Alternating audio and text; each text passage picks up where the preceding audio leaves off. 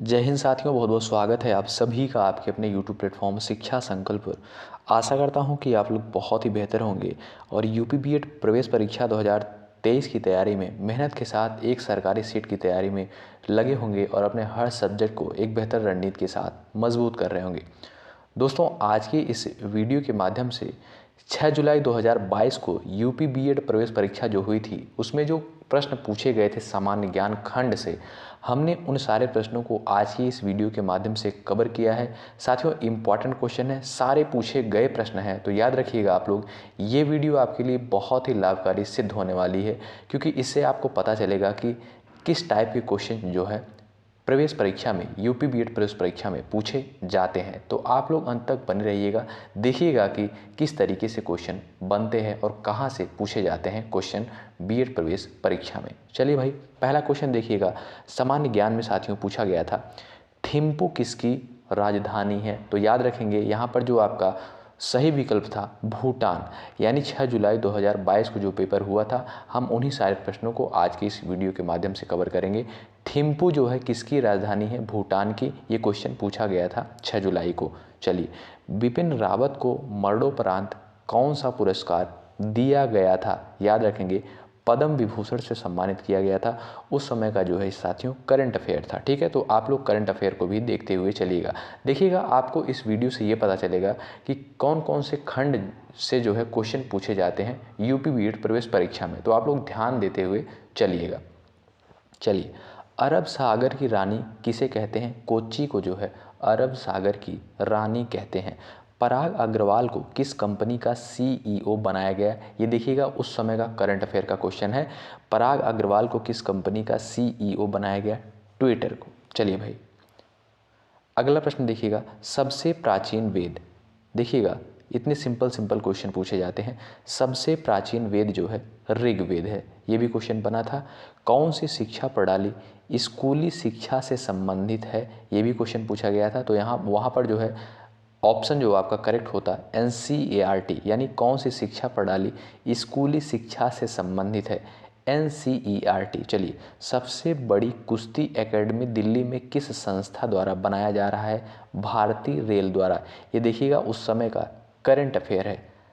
चलिए भाई, सर्वम दुखम को किसने सत्य ठहराया? बौद्ध धर्म ने। यह भी प्रश्न पूछा गया था। सर्वप्रथम स्वराज की मांग राष्ट्रीय स्तर पर किसके द्वारा की गई थी? बाल गंगाधर तिलक जी के द्वारा की गई थी। लोकतंत्र एक ऐसी सरकार है जिसमें सभी का हिस्सा होता है। ये किसने कहा था? अब्राहम लिंकन ने। याद रखेंगे आप लोग। चलिए भाई, ये देखिएगा, क्वेश्चन पूछा गया था साथियों, उर्वशी के रचनाकार कौन है? वहाँ पर और भी ऑप्शन दिए गए थे, लेकिन आपका जो है उर्वशी के रचनाकार जो हैं रामधारी सिंह दिनकर जी हैं। अब यहाँ पर देखिएगा, विश्व स्वास्थ्य दिवस कब मनाया जाता है? विश्व स्वास्थ्य दिवस साथियों 7 अप्रैल को मनाया जाता है। ये 21 अप्रैल गलत होगा, 7 अप्रैल को जो है विश्व स्वास्थ्य दिवस मनाया जाता है। यानी आपको जो है इन पोर्शन को भी बहुत बेहतर तरीके से तैयार करना होगा। अंतर्राष्ट्रीय वन दिवस कब मनाया जाता है? याद रखेंगे 21 मार्च होगा। ध्यान रखेंगे, 21 मार्च को अंतर्राष्ट्रीय वन दिवस मनाया जाता है।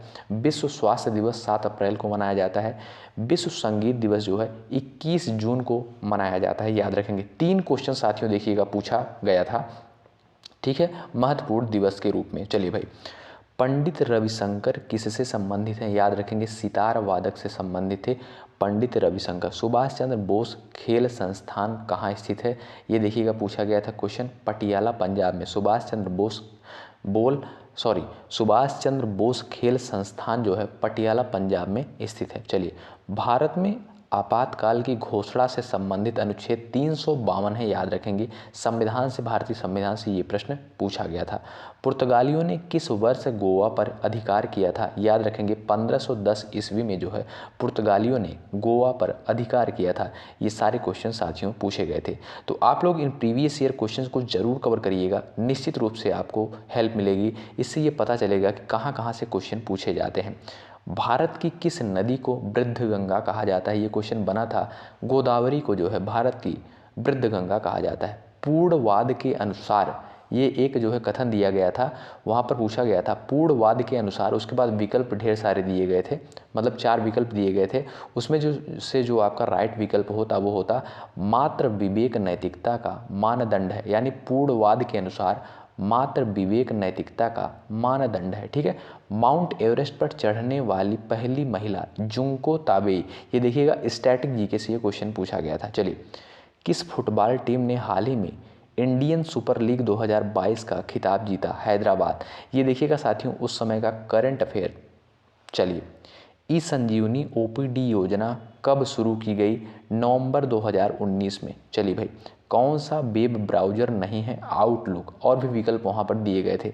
सामाजिक अधिकार जो मानवाधिकारों की सार्वभौमिक घोषणा 1948 का अंश है, ये किस पहलू को संबोधित करता है? याद रखेंगे, आर्थिक, सामाजिक और सांस्कृतिक पहलू को जो है संबोधित करता है।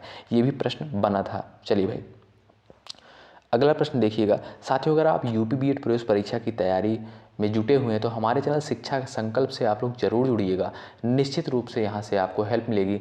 हम सारे क्वेश्चंस आपको सॉल्व करवाएंगे, जितने भी इम्पॉर्टेंट क्वेश्चंस होते हैं यूपी बीएड प्रवेश परीक्षा के लिए ढेर सारे क्वेश्चंस की भरमार आपको प्रोवाइड करेंगे, तो ज़रूर जुड़िएगा।